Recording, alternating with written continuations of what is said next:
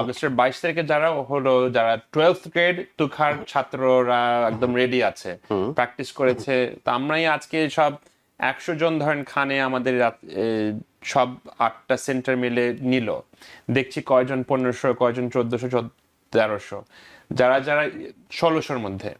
তো এখন যারা 1500 আর ওরা 12th গ্রেড উঠবে, ওরা যারা রেজিস্ট্রেশন করেছে ওদের জন্য আমরা খুশি আছি, জানি যে ওরা মোটামুটি রেডি। যারা 11 উঠবে, পিএসসিটিটা সবচেয়ে জরুরি। পিএসসিটিটা ভালো করলে $1000 একটা ন্যাশনাল মেরিট স্কলারশিপ পাওয়া যায়। সেই জায়গায় বাংলাদেশি শিক্ষার্থীরা যাদেরকে আপনারা পড়াচ্ছেন, আমি অন্য কমিউনিটি শিক্ষার্থীদের বিষয়ে নয়, শুধুমাত্র স্পেসিফিকলি বাংলাদেশি যারা স্টুডেন্ট আছে তারা কেমন পারফর্ম করছে? আগামী আগস্ট এবং অক্টোবর জি এসএটির একটা পরীক্ষা আছে। জি, এখন হাতে সময় খুব বেশি নেই, যারা আগস্ট তো চলছেই।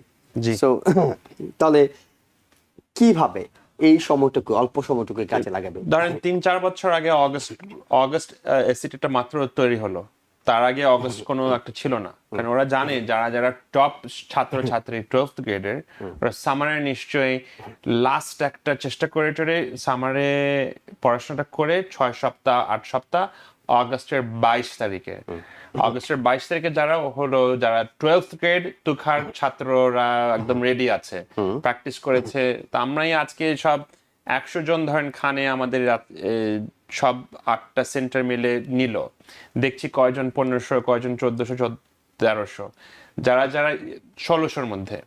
তো এখন যারা 1500 আর ওরা 12th গ্রেড উঠবে, ওরা যারা রেজিস্ট্রেশন করেছে ওদের জন্য আমরা খুশি আছি, জানি যে ওরা মোটামুটি রেডি।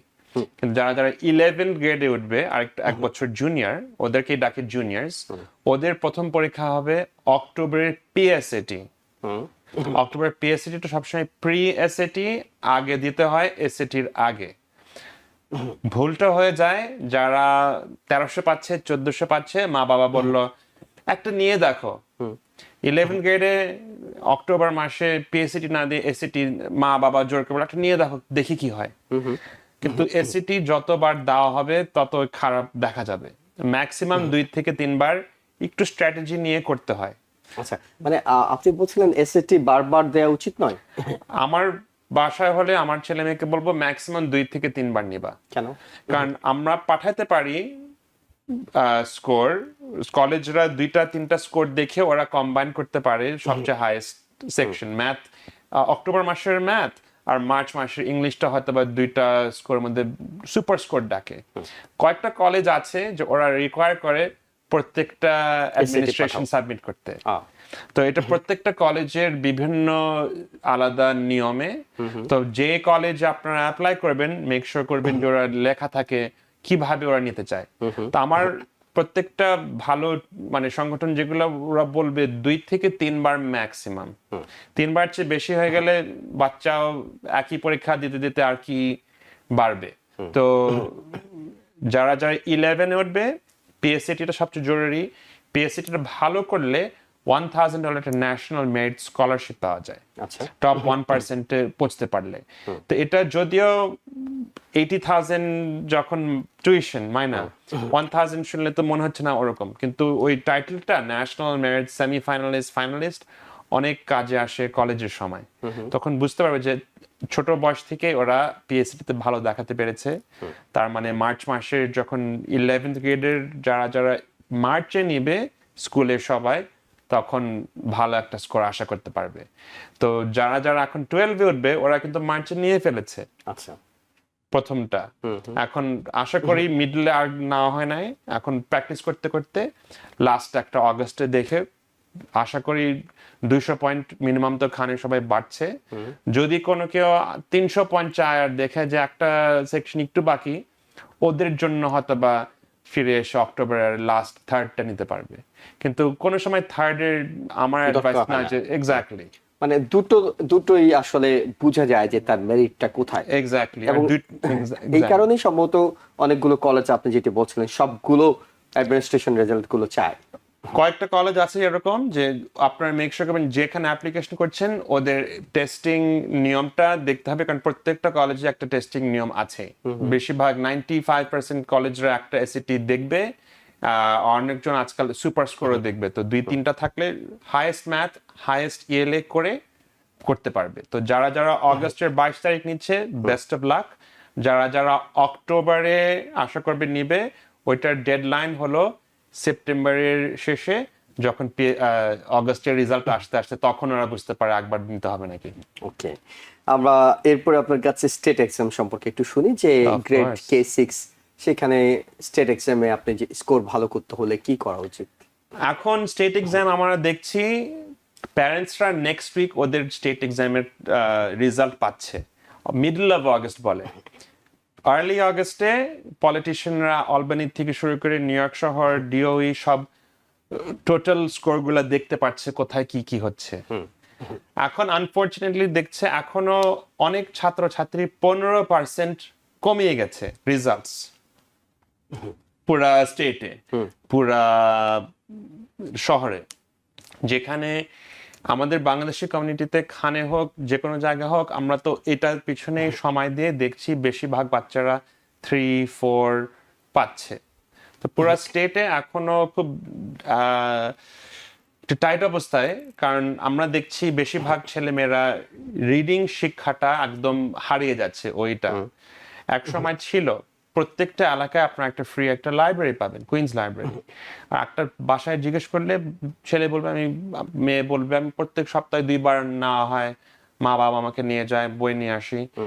আজকাল একটাও ছেলে পাবেন না যে 5 বছরে একবার লাইব্রেরিতে ঢুকছে। লাইব্রেরি যাওয়ার অভ্যাসটা এখন ভিডিও গেম, আইপ্যাড, পিসি থাকাতে কেউ আর লাইব্রেরি বই পড়ে না আনফরচুনেটলি।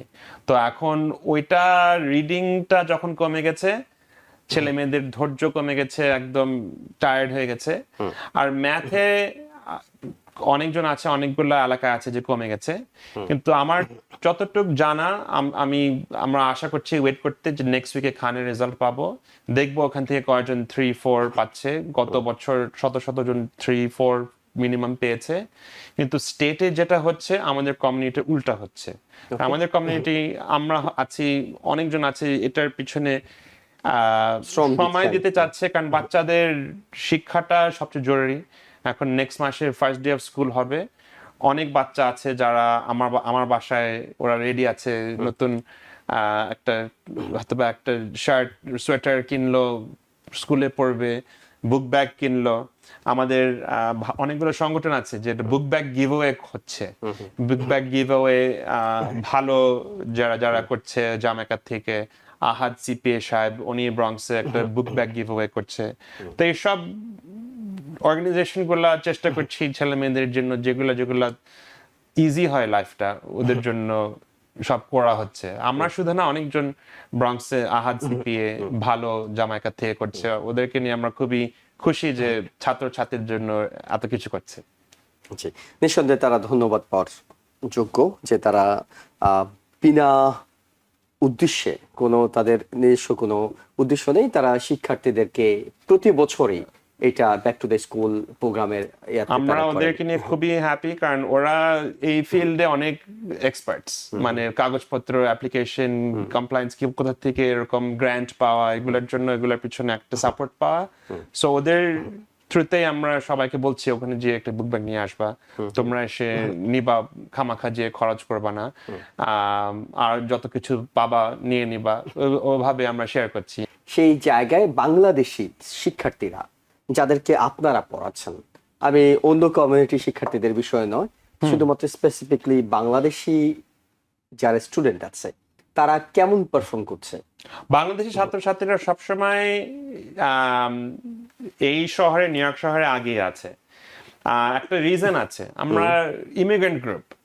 তো আমরা ইমিগ্রেন্ট গ্রুপ হয়ে আমাদের কমিউনিকেশনটা আমাদের মধ্যে অনেক তাড়াতাড়ি শেয়ার হচ্ছে। আমি আজকে 3টা লোকেশন, জামাইকা, জ্যাকসন হাইট, তারপরে হিলসাইড পার্সনস হয়ে আসছি, কিন্তু এসে আপনাদের TBN 25 আলোচনা হচ্ছে। তো এরকম নিউ ইমিগ্রেন্ট কমিউনিটিতে যখন কমিউনিকেশনটা এত ঘন ঘন হচ্ছে, তাড়াতাড়ি আমাদের রিসোর্সেস গুলো শেয়ার হচ্ছে, তাড়াতাড়ি এসে ওরা বুঝতে পারছে যে এখানে ঢুকে ক্লাস নিয়ে স্কুলে 30 জনের মধ্যে বসতে হয়। আমাদের সংগঠনে মাত্র ম্যাক্সিমাম 6 থেকে 8 জন পাবেন একটা ক্লাসে।